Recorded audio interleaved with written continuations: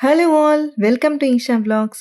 ఇవాళైతే మనం తమిళనాడులో శివుడిని ఎంత బాగా కొలుస్తారో, అలాగే ఇంకా బాగా, ఇంకా ఎక్కువగా నమ్మే దేవుడైతే మురుగన్ అండి. అదే సుబ్రహ్మణ్య స్వామి. ఆయనకి చేసే చిన్న పండుగ లాంటిది వీళ్ళైతే ఒక 11 డేస్ అలా చేస్తారండి. ప్రాంతానికి ప్రకారంగా ఉంటుంది ఈ పండుగైతే. ఆల్రెడీ మన థంబ్‌నెయిల్‌లో చూసే ఉంటారు. అదేనండి తాయిపూసం. తాయిపూసం అనే పండగ అయితే వీళ్ళు చాలా బాగా చేసుకుంటారు. ఒక్కొక్కరు ఇంట్లో కులదేవతగా ఉండే మురుగన్ మన సుబ్రహ్మణ్య స్వామి ఎవరైతే ఉన్నారో ఆయనకి కావడి పట్టి ఇలా చాలా ప్రాసెస్ ఉంటుందనమాట. వీళ్ళు చేసే ఫెస్టివల్ ఒక తిరునాళ్ళలాగా ప్రతి మురుగన్ టెంపుల్‌లో అయితే చేస్తారు. మనకి మామూలుగా న్యూస్‌లో మంచిగా చూపిచ్చే ఫెస్టివల్ ఈ తాయిపూసం అయితే మలేషియాలో బాగా జరుగుతుంది. అలాగే ఈ మురుగన్ టెంపుల్స్ ఎక్కడైతే ఉన్నాయో, ఈ మురుగన్ ఆలయాలు ఎక్కడెక్కడ ఉన్నాయో అక్కడికి తీర్థయాత్ర చేస్తారనమాట చాలామంది. అలా ఆచారాల్లో పాల్గొంటూ ఉంటారు. అసలు ఈ తాయిపూసం ఏంటి అని తెలుసుకోవాలి అంటే ఇది చిన్నదండి. ఏంటంటే మనకి ఆహ్, తెలుగులో ఎలా అయితే మాసాలుంటాయో ఆషాఢమాసం, పుష్యమాసం ఇలా ఎలా అయితే ఉంటాయో అలాగే తమిళంలో తాయ్ అన్నది ఒక మాసం పేరనమాట. ఆ మాసంలో వచ్చే పూసం అనే నక్షత్రం అనమాట. పూసం అనేది నక్షత్రం పేరు. ఆ తాయ్ మాసంలో వచ్చే పూసం నక్షత్రం రోజు చేసుకునే పండగనమాట ఇది. అందుకే దానికి తాయ్ పూసం అని పేరు.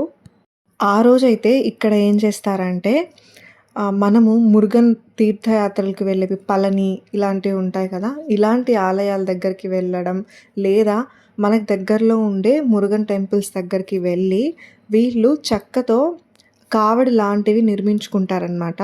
దాంతో మనకి నెమలికలుంటాయి గదా! వాటిని, పువ్వుల్ని ఇలా అలంకరించి, ఆ చెక్క మీద ఉన్నదాన్ని వీళ్ళు భుజాల పైన మోసుకొని వెళ్తారనమాట.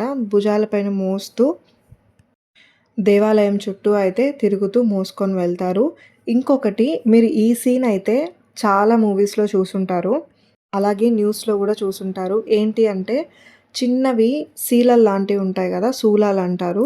వాటిల్ని చర్మానికి వీళ్ళు హుక్స్ లాగా పెట్టుకుంటారనమాట.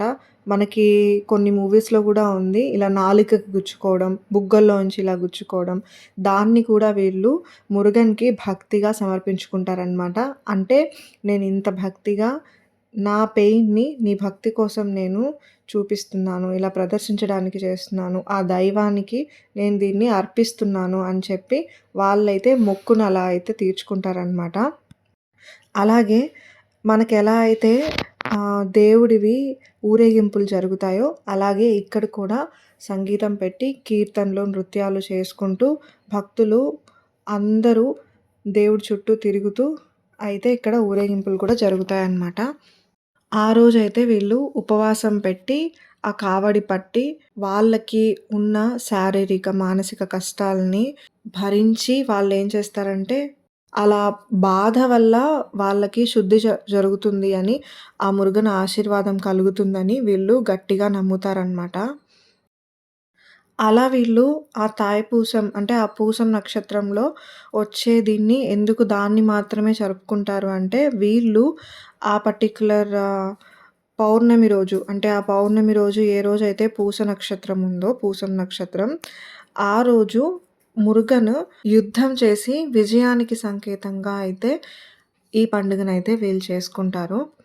మేము కూడా దగ్గరలో ఉన్న మురుగన్ టెంపుల్‌కైతే వచ్చేసాము. హాయిగా ఆ దేవుడిని దర్శించుకొనైతే ఆ రోజైతే మేము ఈవినింగొచ్చి మంచిగా టెంపుల్ దర్శనం చేసుకున్నాము. టెంపుల్ ఇవాళే ఇలా ఉందంటే శివరాత్రికి ఎలా ఉంటదో మరి. అదండి తాయిపూసం గురించి అందరూ తెలుసుకున్నారు కదా! ఇంకొక మంచి వీడియోతో మీ ముందుంటాను. అంతవరకు సెలవు మరి.